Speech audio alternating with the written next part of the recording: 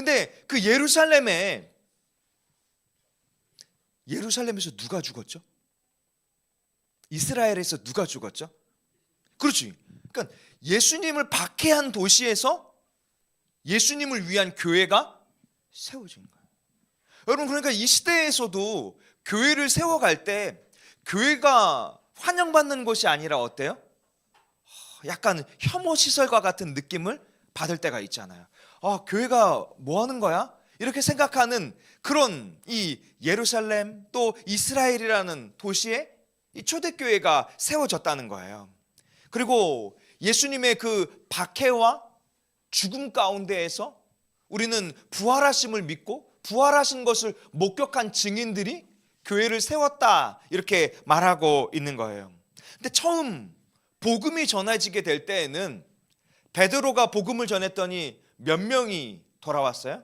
혹시 기억나나요? 띠라리 3,000명이 돌아오기도 하고 또 3,000명이 예수님을 믿기도 하고 그런 일들이 일어났잖아요. 그런데 그 초대교회의 시작 속에서는 박해의 바람이 같이 일었다는 거예요. 오늘 이 초대교회의 이야기를 할 때 제가 가장 중심적으로 보고 있는 것은 박해예요. 초대교회가 그 고난 가운데에서, 어려움 가운데에서 어떻게 마지막 때를 살아갔는가, 어떻게 성도의 믿음을 지켰는가, 이것을 바라보길 원하는데요. 스데반 집사님이 돌에 맞아서 순교한 다음에 초대교회는 뿔뿔이 흩어지게 됐어요. 같이 마음을 모으고 또 지방에 있는 사람들이 모여서 떡을 나누고 또 말씀을 나누는 믿음의 사람들이 이 박해 때문에 더 이상 함께하지 못하고 뿔뿔이 흩어지게 됐어요. 여러분, 이것이 하나님의 뜻일까요, 아닐까요? 인간적인 생각으로는 아니, 이제 교회를 좀 세워보려고 하는데 왜 예수님이 우리를 도와주지 않는 거지? 이제 예루살렘 교회가 조금 5년이 됐든 10년이 됐든 좀 굳건하게 세워지고 난 다음에 박해가 와도 버틸 둥 말둥할 것 같은데 왜 이제 초대교회의 싹을 틔우게 한 다음에 주님은 스데반 집사님이 순교하는 것을 통해서 교회의 성도들을 다 뿔뿔이 흩어지게 만들었을까? 그 당시 성도들의 생각 가운데에는 이런 마음도 분명히 있었을 거예요. 그런데 스데반 집사님의 순교로 흩어진 성도들이 뭘 했을까요? 이것을 보셔야 돼요. 숨어서 다시 뿔뿔이 흩어져서 자신들의 삶을 산 게 아니라 흩어져서 예수 그리스도를 전하기 시작했던 거예요. 그러니까 교회의 특징은 뭐냐면요, 여러분, 어려우면 그곳에 은혜가 있어요. 박해가 있으면 항상 이 부흥이 같이 공존합니다. 우리는 이 위기와 기회가 공존한다 그러잖아요. 교회도 그런 성향을 띌 때가 많이 있습니다. 교회가 가장 어려워진 순간에 그 위기를 복음으로 잘 이겨내면 교회는 흥왕하게 되는 은혜를 맛보게 됩니다. 그것은 2000년 교회사에서 지속적으로 일어났던 것이고 초대교회 안에서도 지속적으로 일어났던 거예요. 이렇게 사도들과 또 세워진 집사님들의 순교를 시작해서 이제 리더십들이 공격을 당하기 시작하는데요. 특별히 예루살렘 교회의 지도자인 야고보는 별명이 하나 있어요. 야고보가 뭘 많이 했을까요? 주원이, 야고보가 뭘 많이 했을까?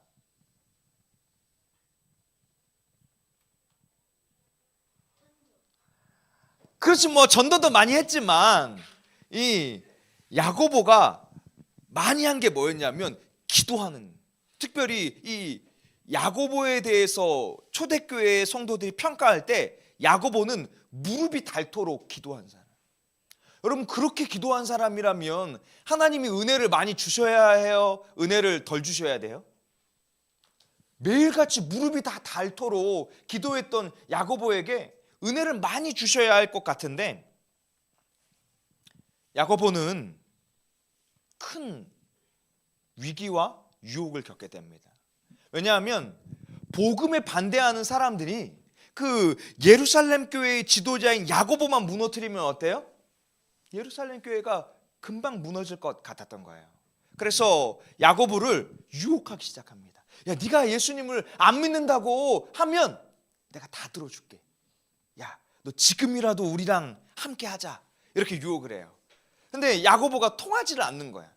유혹으로 통하지를 않았어. 그래가지고 야고보를 성전 꼭대기에 데리고 갑니다. 유대인들이. 그리고 네가 만일 예수님을 고백하지 않는다면 성전에서 너를 떨어뜨려 죽이겠다. 이렇게 위협을 합니다. 실제로 야고보는 그 위협 속에서 예수님을 부인하지 않았어요. 오히려 야고보는 그 높은 성전에 매달려서 예수님을 전하기 시작을 합니다. 참 예루살렘 교회의 지도자 잡죠. 결국 그리고 야고보는 성전에서 사람들이 떨어뜨려서 생명을 잃게 되었어요. 그런데 그렇게 이 성전에서 떨어지고 돌에 맞아 죽는 순간까지 야고보가 한 게 뭐예요? 복음을 전하기 시작했다는 거예요. 또 우리가 잘 알고 있는 사도 중에 한 사람, 섬에 갇힌 사람 누가 있을까요? 누구? 요한. 사도 요한은 무슨 섬에 갇혔죠? 재미나이에게 물어봐야 되나요? 어제 요한계시록을 전했던 그 요한이 pat모섬에 갇혔잖아요. 그런데 이 요한도 이 황제의 위협 속에서 복음 전하는 것을 포기하지 않은 것 때문에 pat모섬에 갇힌 거예요. 그런데 이 pat모섬에 갇혔다 하면 우리가 어디 뭐 남이섬 뭐 이런 데 섬하면 좋은 인상이 있나요? 아니면 좀 안 좋은 느낌이 있나요? 남이섬 하면 굉장히 좋잖아요. 거기서 그냥 물고기도 잡아먹고 막 내가 마음껏 뛰어놀고 이런 섬이 아니야. 요한이 갇힌 그 pat모섬에서는 정말 가장 죽음을 기다릴 수밖에 없는 비참한 자리에 갇히게 된 거예요. 그런데 그곳에서 요한은 어떤 성경을 기록했어요? 어제 말씀 전해주셨던 요한계시록을 기록했던 거죠. 여러분, 이 요한계시록을 기록한 이 요한이 물론 하나님의 성령의 감동에 의해서 기록되었지만 그 요한계시록을 기록해서 성도들에게 왜 전해줬을까요? 요한계시록을 기록한 목적이 있을 거잖아요. 그리고 그 서신은 초대교회의 성도들에게 전해주기 위한 것인데 이 요한계시록을 pat모섬에서 전해주려고 했던 그 요한의 의도가 무엇이었을까요? 박해가 있지만 그 박해 속에서 어려움이 있지만 내가 예수님을 믿는 것 때문에 겪게 되는 어려움이 있지만 끝까지 예수님을 붙들어야 한다. 요한계시록의 제일 마지막 부분에 이런 고백이 있어요. 아멘 주 예수여 속히 오시옵소서. 그 요한은 그 섬에서 예수님이 다시 오실 것을 기다렸고 또 초대교회에 흩어져 있는 또 소아시아에 흩어져 있는 믿음의 성도들에게 예수님 속히 오실 것이다. 너희의 마음이 변하면 아니 된다. 또 요한계시록에 보면 이 여러 교회들을 향해서 권면하고 있죠. 너희가 덥든지 차갑든지 양단 간에 결단해라. 너희 진짜 믿음을 가지고 살래? 아니면 적당하게 섞여서 살래? 진짜 믿음을 가지고 살기를 결단해라. 이런 권면을 요한계시록을 통해서 하고 있죠. 우리는 예수님을 믿는다고 하면 뭔가 예수님을 믿은 것 때문에 우리가 평안해지고 안정되고 이 땅에서 행복해지고 이렇게 된다라고 생각할 때가 있어요. 그런데 예수님을 믿는다는 것은 오히려 안정과는 정반대의 길이에요. 또 예수님을 믿고 복 받는 것과는 우리가 생각하는 그 성경이 말하는 복은 정반대의 복을 이야기하고 있어요. 심령이 가난한 자는 뭐가 있어요? 복이 있나니. 여러분, 우리 생각할 때 부유한 자는 복이 있나니, 뭐 집이 있는 자는 복이 있나니, 뭐 벤츠를 탄 자는 복이 있나니, 뭐 이래야 될 것 같잖아요. 내가 예수님 믿었더니 시험에 합격하고, 내가 예수님 믿었더니 남들이 번듯하게 부러워하는 직장에 취업하고, 내가 예수님 믿었더니 남들이 보란듯하게 아름다운 가정을 꾸몄고, 여러분 이렇게 생각할 때가 많이 있단 말이에요. 그런데 성경이 말하는 복은 그런 복이 아니에요. 예수님을 믿는 것은 복된 삶이지만 그 영원한 복을 위해서 기꺼이 나의 삶을 주님께 드리는 것, 그것이 바로 참된 복이고 마지막 때에 성도들이 살아야 하는 참된 믿음이다라고 초대교회는 가르치고 있는 거예요. 또 이제 초대교회의 핍박이 더 본격적으로 네로 황제 때부터 시작을 하거든요. 이제 이 로마의 종교의 자유가 주어지기까지 수백 년 동안 본격적인 박해가 시작이 됩니다.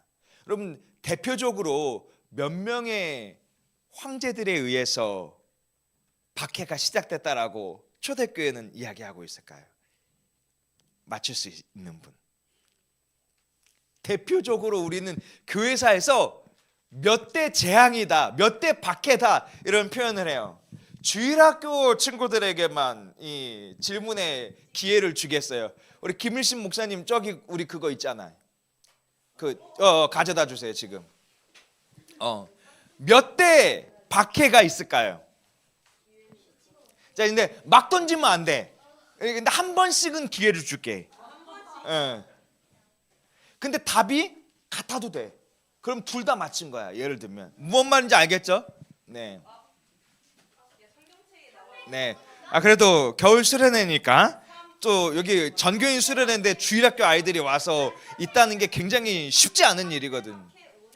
뭐 그런 뭐 몇 대 박해 이런 거야. 근데 이제 막 던지지 말고 이렇게 한 명씩 말을 해보는 거야. 네. 이해됐지? 그래, 뭐 내로 뭐 있단 말이야. 자, 그러면 뭐 생각할 시간을 줄까? 바로 가능할까? 야, 지금 3대로 다 같이 통일하면 내가 볼 때 다 같이 망하는 길이야. 다 같이 3대까지는 너무 약해. 자, 준비됐나요? 주의 준비됐나요? 네. 자, 그러면 은지부터. 주의부터 해. 그러면 내가 객관식으로 해줄게. 4개 중에는 하나 있는 거야. 5대 박해. 이제 뭔가 있어 보이죠? 7대 박해. 9대 박해. 마지막 10대 박해. 자, 1번이라고 생각하시는 옆 사람 보지 마. 눈치 자꾸 보지 말고 1번이라고 생각하시는 분 손 들어보세요. 자, 없고 2번이라고 생각하시는 분 7대 박해다. 없어. 자, 그러면 3번 9대 박해라고 생각하는 분. 네, 안타깝네요. 자, 10대 박해라고 생각하는 분. 정답은 10대 박해야. 자, 빨리 나오세요. 제가 마저 이야기를 나눠야 되기 때문에. 자, 10대 박해입니다. 네. 보통 이 초대교회의 10명의 황제들에 의해서 박해가 많이 있었다, 이런 표현들을 많이 하거든요. 그런데 그 박해 가운데에서도 특별히 한 부류의 사람들은 복음을 변증했던 사람들이 있어요. 혹시 알고 있나요? 먼들 이런데. 이단들이 우리에게 복음을 전해줄 리는 없죠. 네, 막 던지면 안 돼요. 교부들 들어봤나요? 교부들. 이 초대교회의 박해와 이단들이 초대교회에도 굉장히 많이 있었거든요. 2000년 전에도 지금 이 시대와 마찬가지로 교회사 안에서는 항상 이단들이 존재하고 있었어요. 그런데 그 이단들을 향해서 복음을 변증했던 사람들을 우리는 교부들이라고 말해요. 그러니까 박해 속에서도 그곳에서도 신실하게 믿음을 지켰던 믿음의 사람들이 계속해서 있었던 거예요. 그래서 누군가는 교부들과 같이 일어나서 복음을 변증했던 사람들이 일어났던 거죠. 그러니까 오늘 이 시대 가운데에도 물론 교부들은 이제 일어나지 않죠. 그러나 누가 복음을 변증해야 할까요? C.S. 루이스? 이런 사람들이 아니라 이 시대의 마지막 때를 살아가고 있는 바로 우리 그리스도인들이 우리의 이웃들에게, 박해를 하는 자들에게 복음으로 변증을 해야 돼요. 여러분, 우리가 찬양팀으로 외부에서 섬기는 이유가 무엇일까요? 그것도 주를 예배하며 복음을 변증하는 것입니다. 찬양은 곡조 있는 기도이기도 하지만 그 찬양을 통해서 복음이 전파되기도 합니다. 그러니까 많은 세상은 왜곡된 노래들을 통해서 우리에게 세상의 문화를 물들게 하려고 하잖아요. 그런데 교회로 부르신 우리는 어떻게 해야 할까요? 내가 얘한테 복음을 전해도 되고 안 전해도 되고, 얘는 어차피 한번 전해봤는데 잘 안 들어. 그리고 내가 복음을 전하면 얘는 나를 불편해해. 그러니까 그냥 나만 잘 믿으면 되지. 여러분, 이거 맞을까요? 틀릴까요? 틀리죠. 그게 아니라 마지막 때에 그리스도인으로 우리를 불러주신 것은 주의 교회로서, 구원의 방주로서 우리가 각양의 달란트와 은사를 통해서 복음을 나타내기를 원하시는 거죠. 그래서 예수님은 우리를 향해서 너희는 세상에 뭐라 그랬어요? 빛이다. 또 너희는 세상에 뭐라 그랬어요? 소금이다. 여러분, 빛은 비추는 거예요? 아니면 책상 밑에 두는 거죠? 책상 위에 밝히 비추는 거죠. 여러분, 바다에 가서 등대가 있는데 그 등대가 불을 끄고 있으면 어떻게 될까요? 배들이 사고가 나죠. 우리가 그리스도인으로서 나는 그냥 부모님 때문에 예수님 믿었어, 친구 때문에 예수님 믿었어, 이러고 그 불을 내 안에 꺼트리고 감추고 살아간다면, 여러분, 우리는 등대로 부르셨는데 그 불을 끄고 있는 등대와 같은 거예요. 그래서 마지막 때에 믿음을 지키기 위한 씨름을 어떤 특별한 선교사님, 특별한 목회자가 하는 것이 아니라 그리스도인으로 불리워진, 주님이 구원해 주신 믿음의 사람들이 그 빛을 비추고 맛을 내는, 복음을 나타내는 믿음의 삶을 살아가야 할 줄로 믿습니다. 여기 이제 네로가 박해를 시작하는데요, 문제가 있었어요. 왜냐하면 네로 때에 로마에 어떤 사건이 일어났죠? 화재, 맞아요. 굉장히 탁월합니다. 네, 로마시에 화재가 일어났죠. 그런데 여러분, 혹시 그거 아세요? 화재가 일어났는데 마을이 2개는 화재가 일어나지 않았어요. 로마 전역에 화재가 일어났는데 아이러니하게도 2곳만 불타지 않았어요. 누가 사는 곳이었는지 아세요?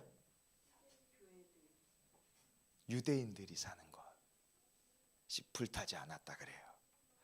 또 이 화재가 일어났는데 이 문제의 발단이 어디서 일어났냐면, 나라에 불이 났는데, 대화재가 일어났는데 황제가 보이지 않는 거예요. 그것 때문에 로마 안에 황제를 향한 이 민심이, 분노가 일어나기 시작했어요. 그걸 잠재우기 위해서 네로가 이건 사실 그리스도인들이 불을 낸 것이다. 이렇게 해서 그 화재의 책임을 그리스도인들에게로 거짓말로 누명을 씌우게 됐던 거예요. 그러면서 이 네로가 박해를 시작했는데요. 여러분, 이렇게 교회를 박해했던 네로의 끝은 무엇이었을까요? 황제였는, 로마의 황제였는, 전 세계를 지배하는 나라의 황제였는데 그는 결국 스스로 삶을 끝내고 말았어요. 그냥 자신이 아무리 그 황제의 직을 지키고자 할지라도 우리 교회는 또 성도는 하나님의 말씀 가운데 그렇게 믿어요. 여러분, 나라를 세우는 것도 누구에게 달려 있을까요? 하나님께. 왕을 세우고 내리는 것도 누구에게 달려 있을까요? 하나님께. 여러분, 우리는 이것을 교회사를 통해서 바라보셔야 돼요. 특별히 이 남유다가, 이제 다시 잠깐 구약시대로 넘어온 거예요. 남유다가 어느 나라에 의해서 멸망당했죠? 주여, 조직신학자 목사님 밑에서 잘 배우셨다고 믿는데 우리 남유다가 어디에서 멸망했습니까? 주여. 네, 여기 남았어. 네, 바벨론에 의해서 이 몰락당했잖아요. 그런데 한 가지 이 역사학자들이 굉장히 중요하게 보는 인사이트가 있어요. 여러분, 그렇게 그 세계를 주름잡을 수 있는 강대국은요, 쉽사리 망하지 않는다는 거예요. 그러니까 망하더라도 상당 기간 보존하는 기간들이 있어야 된다는 거예요. 그런데 성경에 보면 유다를 쳤던 그 바벨론을 주님 뭐라고 표현하냐면 내가 내 백성을 훈계하는 막대기로 사용했다, 이렇게 말하세요. 그리고 그 막대기로 사용한 그 바벨론을 내가 부러뜨리겠다, 이런 말씀도 하세요. 결국 바벨론이라는 나라가 몇 년 만에 망했을까요? 몇십 년 만에 몰락하고 말아버려요. 역사 속에서. 그러면서 뭐가 나왔어요? 메대 바사가 올라가잖아요. 그리고 이 바사가 나오고, 이런 식으로. 그러니까 우리가 생각할 때에는 뭔가 어떤 특출난 위인이 일어나서 능력을 가지고 하는 것 같아 보이지만 그 모든 마지막 때에 또 모든 삶의 권한도 하나님께 있음을 우리는 성도로서 계속해서 바라봐야 돼. 다시 이 로마의 박해로 오면 이번에는 이 도미치안 황제가 박해를 시작하는데요. 이 역사가 유세비우스는 이 박해에 대해서 이렇게 기록했어요. 잔인하게 사람들을 핍박했던 도미치안은 귀족들을 부정하게 처형하여 재산을 빼앗았다. 여러분, 귀족들을 박해해서 뭘 빼앗았어요? 재산을. 그러니까 단순히 그들의 어떤 정책만이 아니라 착취하고 억압하고 빼앗고 박해하기 위해서 이런 일들이 일어났다, 이렇게 말합니다. 그리고 이 도미치안 때에 결국에는 아까 사도 요한이 반모섬으로 유배됐다, 이렇게 말하고 있어요. 또 하나는 트라이안 황제가 있는데요.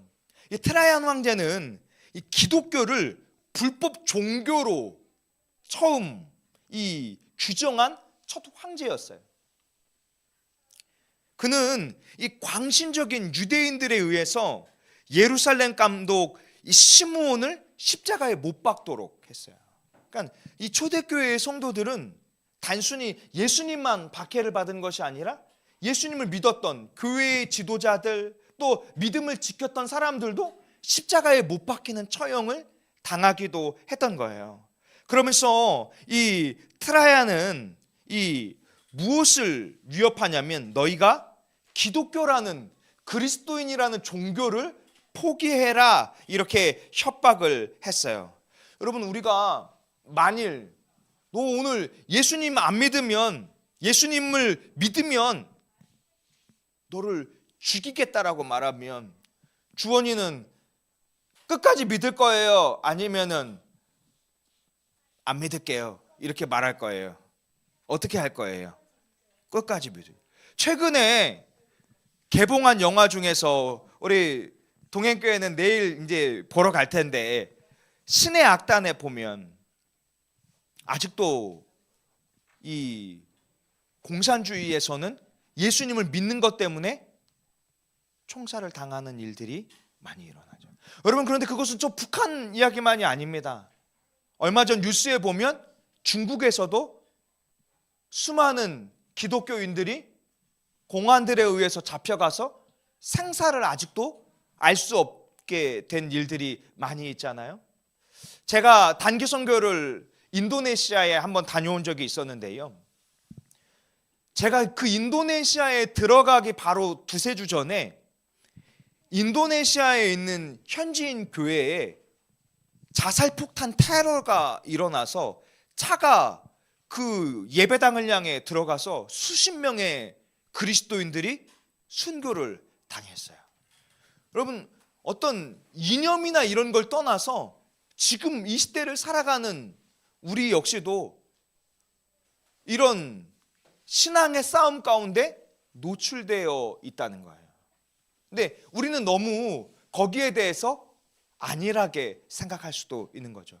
저는 어제 이제 낮에 집사님과 전도를 하면서 그런 이야기를 나눴던 것 같아요. 집사님, 차라리 공산주의나 박해가 있는 곳에서는 예수님을 더 잘 믿을 수 있을 것 같습니다. 왜냐하면 그곳에서는 이 땅에서 누릴 수 있는 게 없어요. 평양의 1% 말고는 저 북녘 땅에서는 모두가 배고프고 비참하게 살아갈 수밖에 없는 환경이, 매달릴 게 뭐밖에 없어요? 믿음밖에 없어요. 그리고 내가 여기서 차라리 생명을 잃을지언정 하나님의 나라에서 누릴 그 영원한 안식을 더 소망한단 말이에요. 그런데 지금 우리가 살아가는 이 시대는 어떻죠? 예수님과 바꿀 게 너무 많이 있죠. 예수님이 없어도 돈이면 다 될 수 있잖아요. 돈만 있으면 멋진 남자친구도 생길 수 있고, 돈만 있으면 멋진 여자친구도 생길 수 있고, 뭐 이런 생각들을 여러분들이 많이 할 수 있단 말이에요. 심지어 그런 뭐 극단적인 비유가 아니라 할지라도 예수님이 없어도 내 인생에 불편함이 없다라고, 오히려 예수님 믿는 것 때문에 더 불편함이 될 수도 있다라고 생각할지도 몰라요. 어제 박상원 목사님하고 이야기를 나누면서 둘이서 이런 이야기를 했어요. 차라리 하나님이 안 계시다면 우리의 마음이 불편하지 않을 텐데, 하나님이 우리를 다 보고 계시기 때문에 우리가 성도로 살아가며 함부로 살아가기가 참 어렵다, 이런 이야기들을 나눴거든요.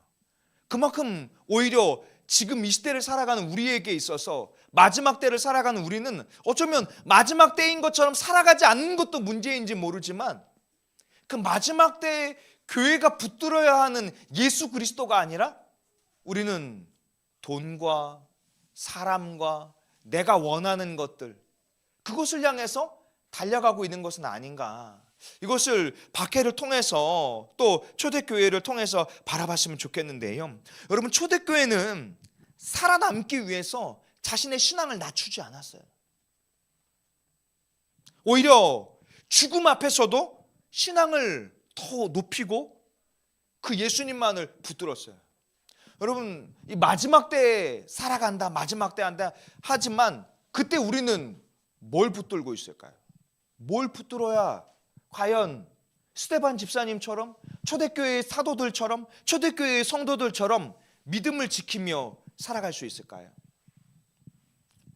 돈이 있어야 믿음을 잘 지킬 수 있는 것이 아닙니다. 우리가 건강해야 믿음을 잘 지킬 수 있는 것이 아니에요. 내 삶이 안정돼야 믿음을 잘 지킬 수 있는 것이 아니에요. 우리는 저 사람은 돈이 많으니까 믿음을 잘 지키는 거야, 저 사람은 삶이 안정돼 있으니까 믿음을 잘 지키는 거야. 여러분, 그렇지 않습니다. 그것은 겉모습만 본 거예요. 저도 똑같이 그랬어요. 제가 칼 세미나라고 제자 훈련을 할 때 사랑의 교회 성도님의 집을 방문한 적이 있었는데요. 집을 들어가는데 이 열쇠 키를 3번이나 누르고 가야 돼. 엘리베이터에 그 열쇠 키를 누르지 않으면 자기 층이 눌러지질 않아. 그래서 참 불편한 데 살고 있다. 왜 저렇게 사나? 난 이런 생각을 막 갖고 있었거든요. 근데 나를 태우러 왔는데 한 번도 태어나서 본 적이 없는 브랜드의 차를 태우는 거예요. 아, 참 잘 사나 보다 하고 근데 딱 지하 주차장에 내렸는데 각 동의 입구마다 경비원님께서 다 계시는 거예요. 그 동마다 이렇게 층마다. 참 불편한 데 살아가네 이러고 딱 올라가는데 알고 봤더니 거기가 어디였냐면 타워 팰리스였어요. 그래서 참 그걸 보면서 역시나 돈이 많고 이러니까 신앙을 저렇게 잘 지킬 수 있구나 이런 생각을 저도 겉모습만 보고 했단 말이에요. 근데 희한하게도 모르는 분들이 아마 여기 있는 분들이 모를 수도 있는데 모르는 분들이 저한테는 그렇게 말을 걸어요. 그런데 그분이 저한테 딱 말을 거시는 거예요. 목사님, 제가 부자인 것처럼 보이시죠? 그러니까 제 속마음을 딱 간파하고 그렇게 물었던 거예요. 그 성도님이. 근데 저한테 그분이 그렇게 이야기했던 게 지금 벌써 10몇 년이 지났는데 아직도 기억에 남거든요. 목사님, 제가 지금 입고 있는 청바지랑 반팔티 하나 한 달 내내 입습니다. 절약해서가 아니라 저는 원래 그렇게 가난한 사람이었습니다. 정말 단칸방에서 저희 온 가족이 방 하나에서 잤던 사람들이에요. 그런데 그냥 주님이 나에게 이런 물질을 허락해 주셨을 뿐입니다. 근데 그분이 했던 게 부자여서가 기억에 남는 게 아니라 뭐가 놀라우는 줄 아세요? 집에 들어가서 그분이 이 다락방 모임을 하는 것을 듣고 있는데 한 7, 8분이 이렇게 뺑 둘러 앉아 계셨거든요. 근데 그곳에서는 직장이 없는 분도 있었고 또 가정이 어려운 분도 있었는데 알고 봤더니 이 여집사님이 이분의 남편의 직장도 알아봐주고 또 가정에 어려운 문제가 있으면 그거 일일이 매달려서 해결해주고 이렇게 계셨던 거예요.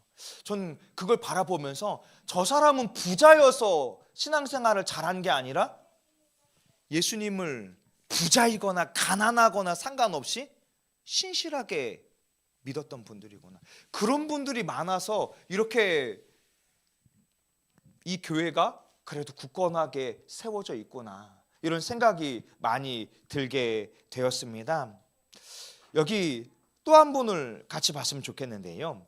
이그나티우스라는 분인데 이 이그나티우스는 안디옥에서 목회를 하는 분이었어요. 근데 그가 로마 황제 트리안에 의해서 위협을 받습니다.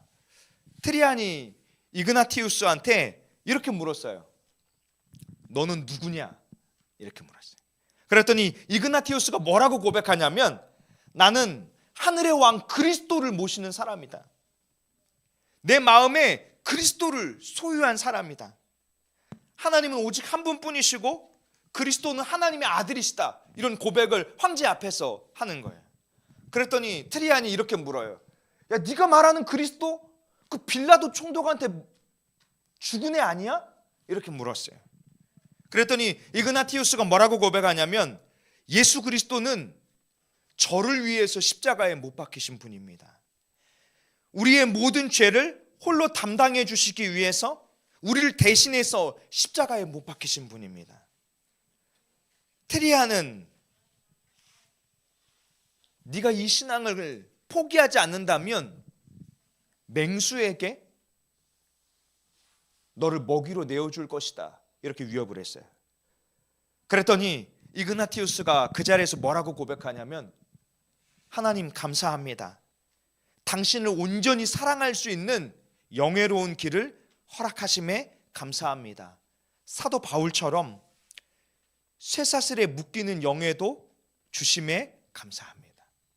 여러분 뭘 감사하고 있어요? 주님 나에게 이렇게 안정된 것 돈을 주셔서 감사합니다. 이게 아니라 내가 마지막까지 믿음을 잘 지킬 수 있는 끝까지 붙들어 주심에 감사합니다. 이런 고백을 했던 거예요. 이 박해 속에서도 그렇게 주님은 믿음의 사람들을 하나하나 부르기 시작했어요. 또 어떤 사람이 있었냐면 신앙을 변증하는 지도자들 중에 아테나고라스라는 이 아테네 출신의 사람이 있었는데, 이 사람은 원래 복음을 믿지 않는 사람이었어요. 복음은 거짓말이야, 이렇게 생각했던 사람이었는데요, 그는 이 복음이 자신을 구원할 수 있다는 것을 깨닫게 되고, 그리고 나서 그 이후로부터는 복음을 변증하는 삶을 살아가기 시작했던 거예요. 제가 이번에 초대교회사를 공부하면서 제일 가슴 기뻤던 것은 무엇이냐면, 고난과 박해 속에서도 하나님이 계속해서 한 영혼을 구원하고 한 영혼을 변화시키고 또 한 영혼을 통해서 교회를 세워가고 있더라는 거예요. 그래서 여기 있는 이 믿음의 식구들 가운데에서도 그런 마음을 붙들으셨으면 좋겠어요. 주님이 마지막 시대에 나를 예수님의 사람으로 불러주셨구나, 나에게 복음을 주시고 또 복음으로 살아가기 위해서 나를 불러주셨구나, 이렇게 그것을 놓치지 않으셨으면 좋겠어요. 또 다른 사람을 보기 원하는데요, 여기 저스틴이라는 사람이 있는데요, 이 저스틴은 별명이 하나 있어요. 맞춰보세요. 이번에는 우리 주일학교 아이들만 말고 저스틴이라는 사람의 별명이 있는데 세 글자야. 한 단어고. 땡땡땡 저스틴. 맞춰보세요. 의외로 쉬워. 이 초대교회 이야기를 하면서 내가 뭐 했어요, 누가 이렇게 뭐 했어요, 이런 이야기를 할 때 공통적으로 했던 한 단어가 있어요. 손을 들고 막 던지지 마시고 또 이렇게 딱 뭐가 있을까요? 저스틴. 그럼 패스. 다음번에 또 물어보겠어요. 이 저스틴은 이 구약 성경에 나오는 세겜에서 태어난 사람이거든요. 근데 이 세겜이 당시 어떤 상황이었냐면 AD 70년에 이 황제 베스파시안에 의해서 예루살렘이 몰락되고 폴라비아 네아폴리스가 되었다는 거예요. 그래서 저스틴은 헬라 문학에 굉장히 정통한 사람이었어요. 그런데 한 노인이 어느 날 저스틴에게 찾아와서 이렇게 이야기를 했다는 거예요. 당신이 철학자들의 책이나 지혜를 아무리 찾아도 무의미할 것입니다. 하지만 모든 것을 창조하신 하나님을 알게 될 때 당신은 모든 것에서 자유를 얻게 될 것입니다. 저스틴이 들었던 게 뭘까요? 복음이죠. 결국 복음으로 인해서 저스틴 예수님 믿게 된 거죠. 한 노인이 전해준 복음에 의해서 이제 철학자가 아니라 내가 복음을 변증하는 삶을 살아야 되겠다라고 생각했던 거예요. 그런데 그때 이 또 다른 로마의 자연재해가 일어났어요. 자연재해가 일어나면 누구에게 책임을 돌리죠? 기독교인들. 맞아요. 이 로마 황제 마르크스 아울렐리우스는요, 굉장히 친절한 황제로 알려져 있지만 로마 제국 내에 있는 홍수를 기독교인들의 문제 때문에 일어난 것이다라고 책임을 돌리면서 기독교인들을 반대하는 법률을 세웠어요. 그래서 그리스도인이었던 저스틴이 재판에 고발을 당하게 됩니다. 그때 저스틴이 이런 고백을 했는데요, 그리스도인은 한 하나님, 하나님의 아들 구세주 그리스도를 믿습니다. 그랬더니 저스틴을 죽이겠다고 협박을 시작합니다. 그때 저스틴이 뭐라고 고백을 하냐면, 그리스도인의 고난에 참여하는 것보다 더 큰 기쁨이 없습니다. 결국 저스틴은 재판관에 의해서 참수를 당했어요. 그래서 저스틴의 별명이 뭐였냐면 순교자 저스틴이야. 네, 아까 선물 줬어. 두 번은 안 주려고 새로운 사람을 주려고 그렇게 했어요. 네, 순교자 저스틴이라는 별명이 생겼어요. 교회는 고난 속에서 감정적으로 반응하지 않고 오히려 진리로 신앙을 설명하려 했다. 이것이 바로 초대교회의 모습입니다. 또 하나, 이 황제 트리안 시기에 순교한 안디옥 감독 이그나티우스와 동시대 인물이었던 이 폴리캅이 있는데요. 이 폴리캅은 사도 요한의 제자입니다. 근데 이 폴리캅의 사진을 한번 보여주시겠어요?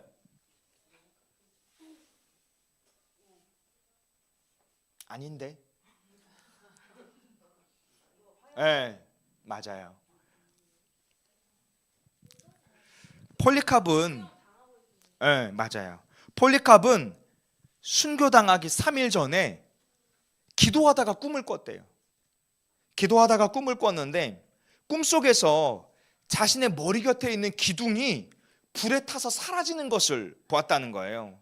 그리고 나서 폴리캅은 잠에서 깨어나서 자신이 곧 불에 타서 순교를 당할 것에 대해서 직감을 했다는 거예요. 그런데 이 폴리캅이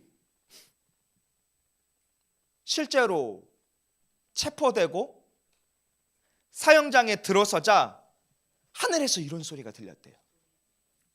폴리캅, 남자답게 강하고 담대해라. 고통에서 담대해라.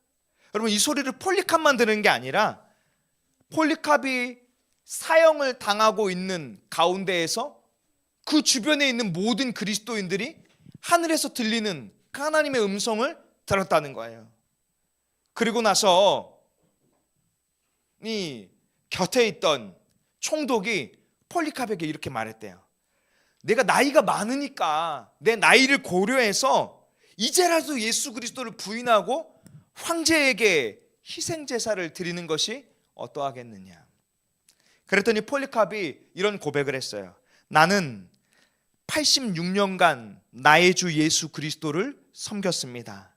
하지만 그분은 한 번도 나를 부인하지 않았습니다. 내가 어떻게 모든 사악한 것에서 나를 보존하시고 구원하신 나의 왕을 부인할 수 있겠습니까? 화가 난 총독이 너 그러면 금수에게, 들짐승에게 너를 먹이로 줄 것이다, 이렇게 위협했대요. 그럼에도 불구하고 폴리캅은 굽히지 않았어요. 결국 이런 고백을 합니다. 저의 뜻은 변하지 않습니다. 나에게 불로 위협하지만 하나님의 심판의 불은 영원토록 불경건한 자를 태울 것입니다. 저는 무엇을 명하든지 결코 저의 주인이신 구세주 예수 그리스도를 부인하지 않을 것입니다. 이렇게 불을 피우기 위해서 건초들을 올려놨는데요, 폴리캅이 어떻게 한지 아세요? 그 건초 더미 위로 스스로 올라갔다는 거예요. 자기를 불태우기 위해서 건초 더미를 세우고 있는데 스스로 올라가서 담대하게 옷과 신발을 벗고 이렇게 올라갔다는 거예요. 그곳에서 폴리캅이 이렇게 기도를 했거든요. 우리 주 예수 그리스도 영광의 아들의 아버지시여, 당신의 거룩한 이름을 알게 하시니 감사합니다. 모든 사람보다 뛰어나신 당신께 감사드립니다. 영원하신 제사장, 사랑하신 성자 또 성령님께 영광이 세세토록 있기를 원합니다. 이때 폴리캅이 순교할 때 12명의 무명의 사람들도 같이 순교를 당했거든요. 그 중에 이 블란디나라는 한 자매가 있는데요, 이 자매는 그 12명 중에서 제일 마지막에 순교를 했거든요. 그런데 죽음을 기다리면 여러분 무서워요, 안 무서워요? 무섭죠. 저도 무서울 것 같아요. 그런데 이 블란디나는 어떻게 하냐면 그 12명의 믿음의 사람들에게 일일이 순교하기 전에 찾아가서 겁먹지 마, 두려워하지 마, 우리의 죽음은 여기서 끝나지 않아, 우리는 하나님 나라 가는 거야, 이렇게 한 명 한 명을 위로하고 마지막으로 이 블란디나는 온몸에 채찍을 맞고 황소가 갇혀있는 감옥에 던져졌다는 거예요. 우리 이미지 사진 하나를 좀 볼까요?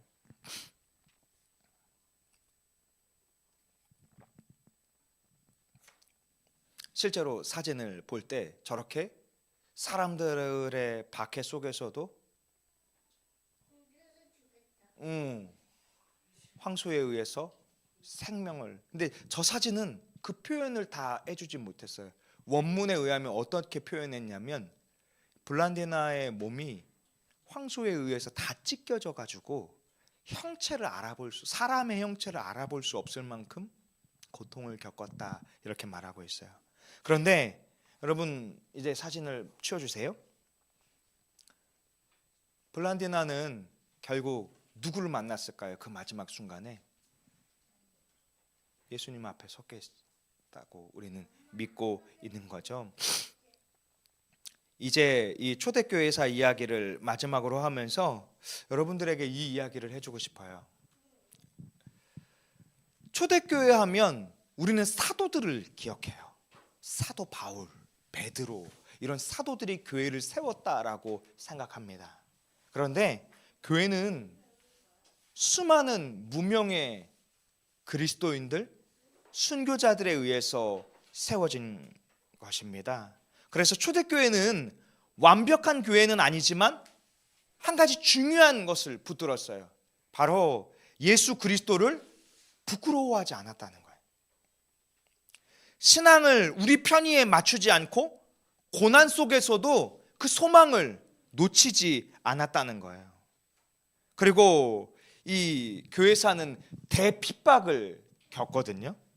대핍박이라고 지칭한 이유는 이 10대 박해라고 했던 그 마지막 황제 디오클레치안의 시대 때 교회를 파괴하고 성경을 불태우라는 명령을 내렸어요. 그 명령이 일어난 즉시 로마에서 17,000명의 그리스도인이 순교를 당했어요.